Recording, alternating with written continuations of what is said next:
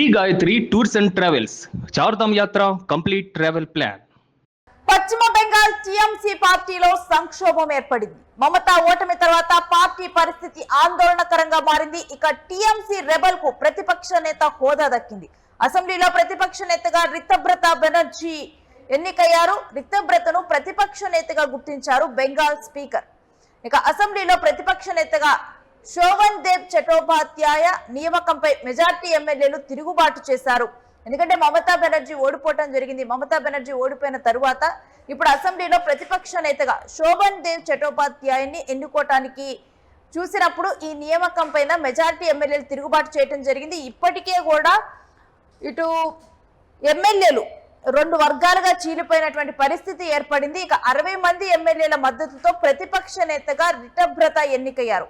టీఎంసీకి మొత్తం 80 మంది ఎమ్మెల్యేలు ఉన్నారు. ఏకంగా 58 మంది రితబ్రతకు మద్దతు పలికారు. స్పీకర్ రవీంద్రనాథ్ బోస్ కు లేఖ రాశారు. ఈ మేరకు ఎమ్మెల్యేల విజ్ఞప్తిని పరిగణలోకి తీసుకున్నారు స్పీకర్. ఇక మెజారిటీ మంది ఎమ్మెల్యేలు ఇటే సపోర్ట్ ఉండటంతో కూడా రితబ్రతకు ఈ ప్రతిపక్ష హోదా దక్కింది. ఇక మమతా నిర్ణయానికి వ్యతిరేకంగా ప్రతిపక్ష నేత ఎంపిక అనేది జరిగింది. ఇటీవల పార్టీ వ్యతిరేక కార్యకలాపాలకు పాల్పడుతున్నారని రితబ్రతను సస్పెండ్ చేశారు మమతా బెనర్జీ. అయితే ఇప్పుడు బహిష్కరణకు గురైనటువంటి రితబ్రత వెనక ఇప్పుడు మెజారిటీ ఎమ్మెల్యేలు నిలబడ్డారు. రితబ్రతను ప్రతిపక్ష నేతగా చేశారు. దీనికి సంబంధించినటువంటి పూర్తి డీటెయిల్స్ మా ప్రతినిధి కిరణ్ అడిగి తెలుసుకుందాం. ఎస్ కిరణ్, మమతా చేతి నుంచి టీఎంసీ చేయిజారినట్లేనా? ఎస్ రేణు, మమతా బెనర్జీ నుంచి టీఎంసీ పార్టీనే దాదాపు చేజారిపోతుందనే ప్రచారం అయితే జరుగుతుంది. ఎందుకంటే ఉన్న 80 మంది ఎమ్మెల్యేలు 60 మంది ఎమ్మెల్యేలు రితబ్రతకు ఏదైతే టీఎంసీ నుంచి సస్పెండ్ గురైన బహిష్కృత నేతకు టీఎంసీ ఎమ్మెల్యేలు మద్దతు ఇవ్వడంతో నేరుగా రితబ్రత ప్రతిపక్ష నేతగా ఎంపికయ్యారు.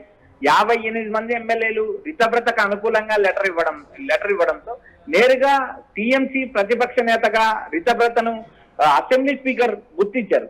మమతా బెనర్జీ మద్దతు ఇచ్చిన ప్రతిపక్ష నేతపై 60 మంది ఎమ్మెల్యేలు తిరుగుబాటు చేశారు. శోభన్ దేవ్ చటోపాధ్యాయను మమతా బెనర్జీ టీఎంసీ నేతగా ఎంపిక చేశారు. అయితే అక్కడ అసెంబ్లీలో ఈ శోభన్ దేవ్ చట్టోపాధ్యాయపై 60 మంది ఎమ్మెల్యేలు తిరుగుబాటు చేశారు. మా నేత రితబ్రత అంటూ రితబ్రతకు అనుకూలంగా 58 మంది ఎమ్మెల్యేలు లేఖ ఇవ్వడంతో అసెంబ్లీ స్పీకర్ టీఎంసీ ప్రతిపక్ష నేతగా రితబ్రతను గుర్తించారు. అసెంబ్లీలో కూడా మమతా బెనర్జీకి గట్టి ఎదురు దెబ్బ తగిలిందని చెప్పొచ్చు. దీని వెనక బీజేపీ వేసిన మాస్టర్ స్కెచ్ మరోసారి సక్సెస్ అయిందని చెప్పొచ్చు. ఎందుకంటే మహారాష్ట్రలో ఇదే మోడల్ పాటించారు. అక్కడ ఉన్న సీఎం శివసేనను, అక్కడ ఉన్న ఎన్సీపీని, రెండు పార్టీలలోనూ మెజార్టీ ఎమ్మెల్యేలు మద్దతు పొందిన నేతలను బీజేపీ వైపు తిప్పుకున్నారు. అదే కోణంలో ప్రస్తుతం టీఎంసీ పార్టీలో చీలికలను బీజేపీ సాకుగా చూపి నేరుగా టీఎంసీ పార్టీ బెంగాల్లో ఉనికి లేకుండా చేయడానికి బీజేపీ మాస్టర్ స్కెచ్ చేసిందని స్పష్టంగా చెప్పొచ్చు. శోభన్ దేవ్ చటోపాధ్యాయకి టీఎంసీ ఎమ్మెల్యేలు మద్దతు ఇవ్వలేదు. రితబ్రతకు తమ నాయకుడు రితబ్రత అంటూ నేరుగా ఎమ్మెల్యేలు మద్దతు ఇవ్వడంతో ఏవైతే 58 మంది ఎమ్మెల్యేల లేఖను స్పీకర్ రవీంద్రనాథ్ బోస్ నిర్ణయం తీసుకున్నారు. ఎమ్మెల్యేలకు మద్దతు ఉన్న వారిని ప్రతిపక్ష నేతగా గుర్తించే పరిస్థితి ఉంది కాబట్టి ఎమ్మెల్యేలు చేసిన విజ్ఞప్తిని స్పీకర్ పరిగణలోకి తీసుకున్నారు. మమతా నిర్ణయానికి వ్యతిరేకంగా ప్రతిపక్ష నేత ఎంపిక జరిగింది. అయితే ఇటీవల పార్టీ వ్యతిరేక కార్యకలాపాలకు పాల్పడుతున్నారని నేపథ్యంలోనే రితబ్రతను మమతా బెనర్జీ పార్టీ నుండి సస్పెండ్ చేశారు. అయితే బహిష్కరణ నేత వైపే దాదాపు 58 నుంచి 60 మంది ఎమ్మెల్యేలు మద్దతు ఇవ్వడంతో నేరుగా రితబ్రత టీఎంసీ నేతగా ఎన్నికయ్యారు. టీఎంసీ నుంచి సస్పెండ్ బహిష్కరణకు గురైన రితబ్రత వైపు మొగ్గు చూపారు. ఇప్పుడు రితబ్రత ప్రతిపక్ష నేతగా ఎన్నికయ్యారు. దీని తర్వాత పశ్చిమ బెంగాల్ రాజకీయాల్లో ఎటువంటి పరిణామాలు మనం చూడబోతున్నాం? టీఎంసీ ఏమవ్వబోతోంది, ఏంటి? ఇక్కడ టీఎంసీ పార్టీ ముక్కలు చెక్కలయ్యే అవకాశాలు స్పష్టంగా ఉన్నాయి. గత 2026 అసెంబ్లీ ఎన్నికల్లో మమత ఓడిపోయిన తర్వాత పార్టీకి సంబంధించిన నేతలు కొంతమంది తిరుగుబాటు చేయడం, ఇటు మేనలుడు అభిషేక్ బెనర్జీ నియంతృత్వ పోకడలను కూడా సహించలేని కొంతమంది ఎమ్మెల్యేలు ఎమ్మెల్యేలు పార్టీ నుంచి బయటికి వెళ్లే నేపథ్యంలో రితభ్రత సస్పెండ్ గురైన రితభ్రత నేత వైపు మొగ్గు చూపారు. మరోపక్క పార్లమెంట్ లో కూడా ఎంపీలు, రాజ్యసభ సభ్యులు కూడా చీలిక వచ్చే అవకాశాలు ఉన్నాయి. ఎందుకంటే ఎక్కువ మంది బీజేపీతో అనుకూలంగా వెళ్ళడానికి అటు టీఎంసీకి సంబంధించిన ఎంపీలు, టీఎంసీకి సంబంధించిన రాజ్యసభలు ఉన్నారనే ఒక ప్రచారం నడుస్తుంది.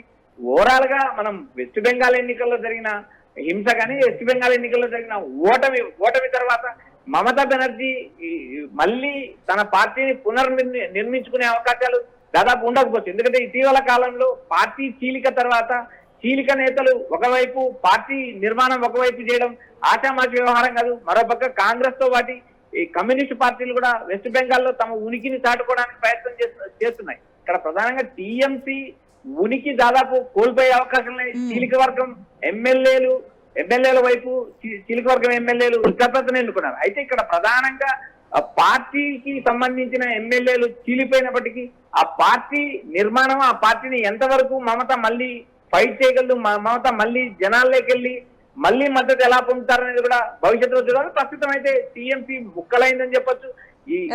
మరి వీటి పరిస్థితుల్లో మమతాకి సపోర్ట్ చేస్తున్నటువంటి ఎమ్మెల్యేల పరిస్థితి ఏంటనేది ఒక క్వశ్చన్ రైజ్ అవుతుంది. టీఎంసీ తమకే చెందుతుందని చెప్పి ఇప్పుడు రితభ్రత వర్గం ఇటు అప్లై చేస్తే గనక నెక్స్ట్ మరి ఈ వీరి పరిస్థితి ఏంటి? వీరైనా స్పెషల్ వర్గంగా గుర్తించే అవకాశం ఉంటుందా ఏంటి?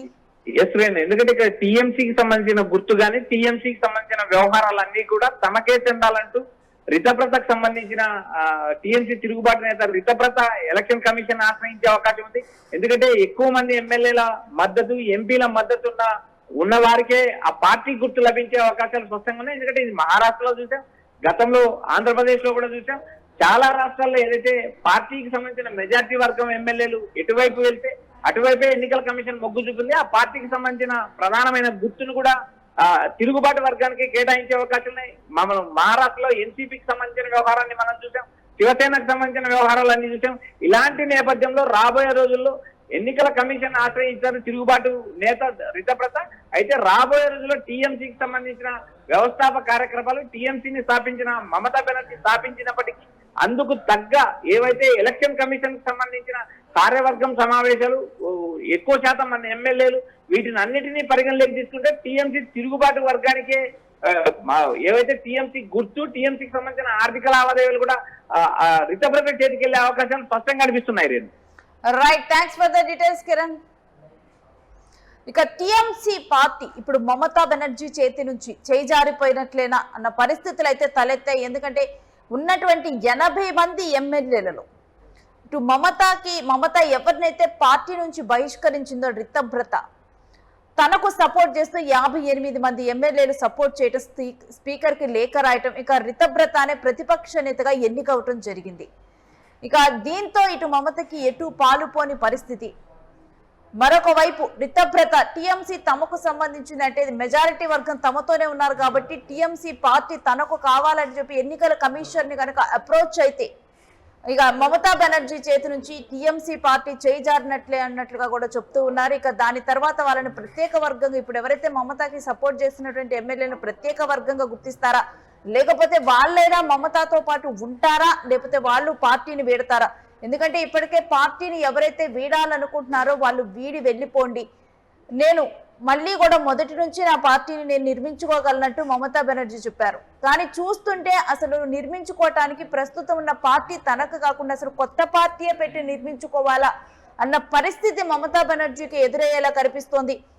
ఇక ఈ రకంగా చట్రం తిప్పింది బీజేపీ అని చెప్తూ ఉన్నారు. ఎందుకంటే మహారాష్ట్ర రాజకీయాల్లో క్రియేట్ చేసినటువంటి ఒక అనిశ్చిత పరిస్థితే అదే ఫార్ములాని ఇప్పుడు పశ్చిమ బెంగాల్లో కూడా ఇంప్లిమెంట్ చేసి ఈ విధంగా కూడా రాజకీయంగా మమతాని దెబ్బ కొట్టినట్లుగా కూడా చెప్తూ ఉన్నారు. ఇక ఈ టీఎంసీ పార్టీ మీద మీరేమంటారు? మమతా బెనర్జీ నుంచి టీఎంసీ పార్టీ పూర్తిగా చేయి జారిపోబోతుందా? మీ అభిప్రాయం ఏంటో కామెంట్ చేయండి.